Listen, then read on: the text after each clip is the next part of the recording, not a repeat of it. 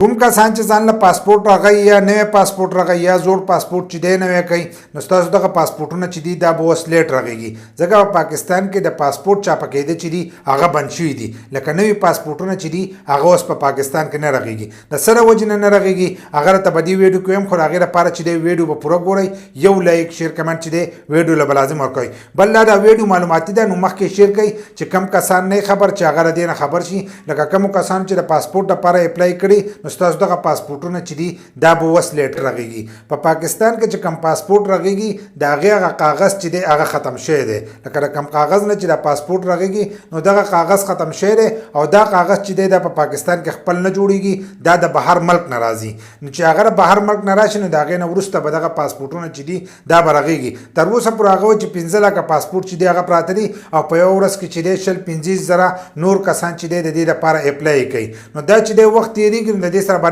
نور چې دی دا به سیوا کېږي او هغه چې په کاغذ راتلو کې چې دی یوه هفته لګي لکه یوه هفته پس چې دی هغه کاغذ به پاکستان ته رارسي نو چې کاغذ پاکستان ته راورسي نو بیا په دلته کې د کیسټم هغه وخت چې لګي نو په هغې کې به یوه هفته لګي نو په هغې باندې چې دی پوره وخت لګي نو په هغې کې به نور پاسپورټونه چې دي هغه به هم جمع شي نو کومو کسانو چې د پاسپورټونو دپاره اپلای کړي ده نو ستاسو پاسپورټونه چې دي دا به لیټ رغېږي بل دا کومو کسانو چې ویزې دي په پاسپورټونو باندې نو دې له دا پکار دی اوس خو دا مسله راغله خو هر کله چې تاسو پاسپورت ختمیږي نو تاسو یو کال مخکې چې دی دا رغوئ ځکه په هغې کې تاسو له هغو ټایم درکړی دی چې ستاسو په پاسپورت کې 12 میاشتې نو تاسو خپل پاسپورت چې دی دا نوی کولی شئ نو کومو کسانو په پاسپورت باندې چې ویزې دی هغه په پاکستان کې موجود دي او دلته کې دي پاسپورت نوی کېدو له ورکړی دی چې په 15 ورځې یا په میاشت کې به دغه پاسپورت راوځي نو دې ځل پاسپورت چې دی دا به لیټ راوځي نو زیاتکر کسانو ته چې دی اوس په دا قسمه مسله چې دی دا به راځي او دا ټول چې دی د سیاستو د وجې نه چې دی